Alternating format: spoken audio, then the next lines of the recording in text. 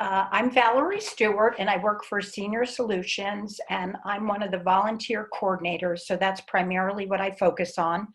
If you're not familiar with Senior Solutions, it's one of Vermont's 5 councils on aging. It was established in 1973 under the Older Americans Act, and we offer a myriad of programs to older Americans, older Vermonters in Windham and Windsor counties. We have about 500 to 1,000 volunteers each year who help with our many services. The services that we offer range from case management, home delivered and community meals. These are things we coordinate. Basically what Senior Solutions does is aggregates and coordinates services like Meals on Wheels, and which delivers meals, also the congregate meals at the various granges and churches in our region. We also offer Medicare information and counseling, and transportation assistance, veteran-directed home care, wellness programs, and many other services. I'm primarily engaged in our 3 home visitor programs, which we have 30 volunteers in those home visitor programs. We have a senior companion program, a friendly visitor program, and a vet-to-vet program. All of the programs share the same mission of mitigating the isolation and loneliness of many Vermonters who are homebound and older feel. And we do that, I'll just talk a little bit about how we train our volunteers, which is basically, we background check all of our volunteers before setting them up with what we call a match, and matching them with an individual who has been referred to us or has self-referred that they are lonely and need of companionship or other assistance with things like grocery shopping, maybe going to medical appointments and that sort of thing. Our home visitors do everything that a friend would do or a good neighbor. But a lot of these people don't have family in the area, and they're really on their own. So basically, the criteria for all 3 programs is the same, other than the Senior Companion Program, which is a federally subsidized program, and therefore there are enrollment requirements such as the person has to devote 10 hours a week to being a senior companion, and also has to be low income. It allows lower income people to participate as volunteers, and even though the stipend is incredibly small, $3 an hour, these individuals find it helpful, and they also find the work, supporting older Vermonters meaningful. So that's the Senior Companions criteria. The other criteria, the other programs don't have that criteria. So the Senior Companion Program was started in 2017. We had 4 volunteers or senior companions who devoted between 24 to 30 hours a week to the individuals they were matched with. And because of the enrollment criteria that I just spoke about, we had to turn away a number of people. So we started the Friendly Visitor Program in 2018, and that program doesn't have time or income requirements. And then in 2018 as well, we started a vet-to-vet program.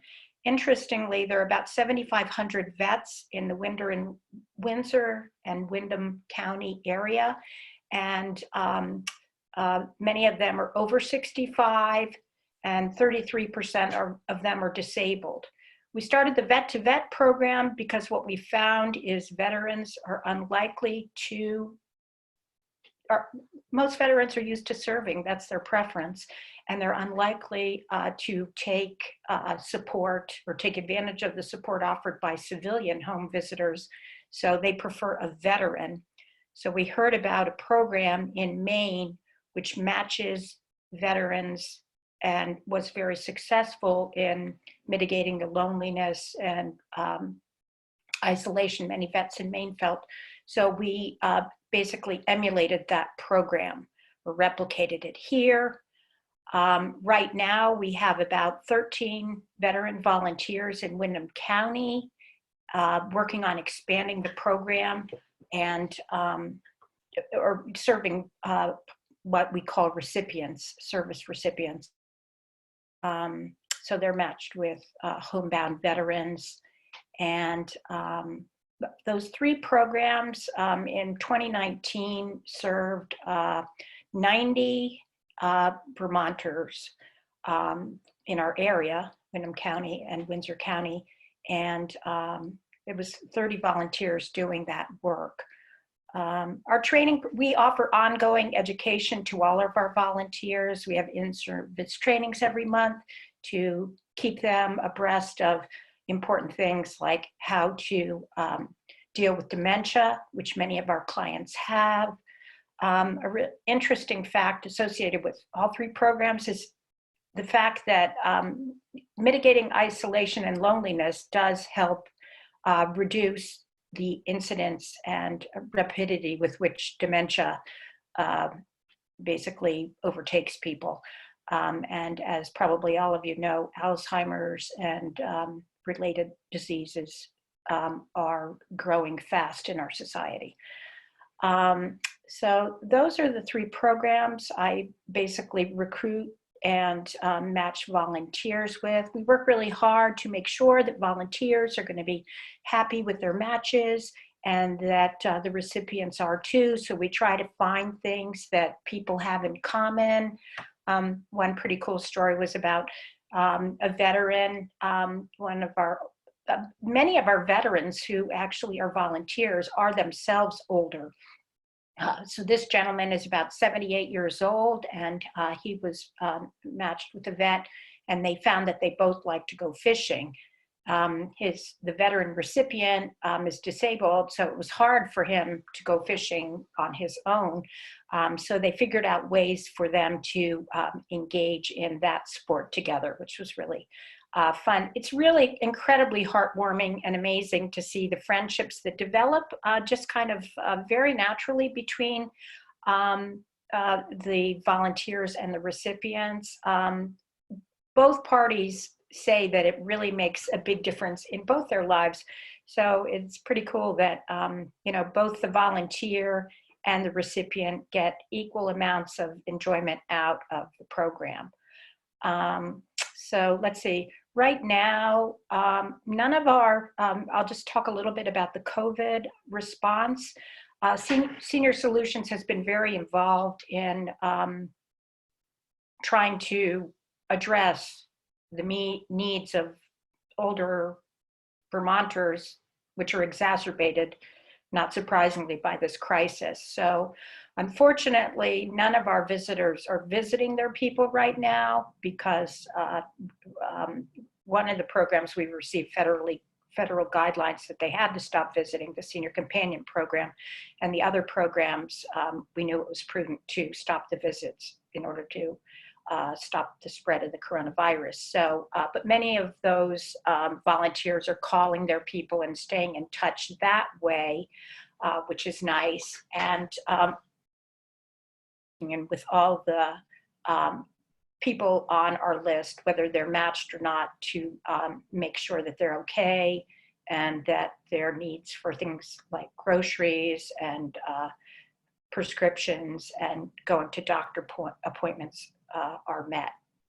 So we have actually, over the past couple of weeks, recruited 30 volunteers, some of whom are still being background checked, but about 20 of whom have helped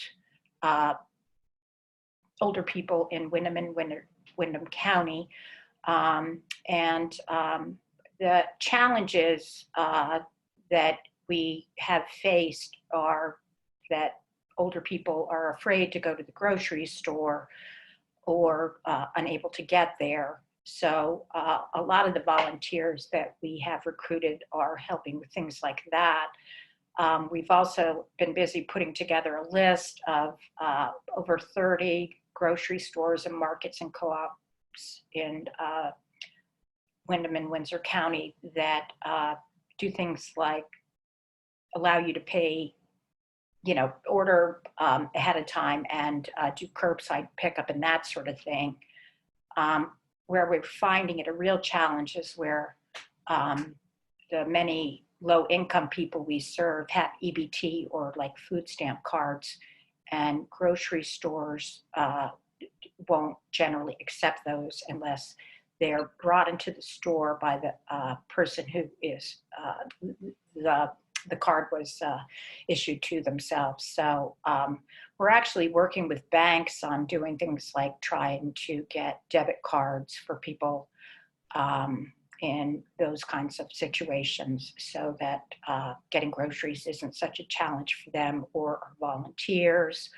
Curbside pickup and that sort of thing is becoming more important because fewer volunteers, as the crisis grows, are willing to go into the stores to pick things up or go to the pharmacy to pick up a prescription. So some pretty creative ways to get around these challenges have been devised.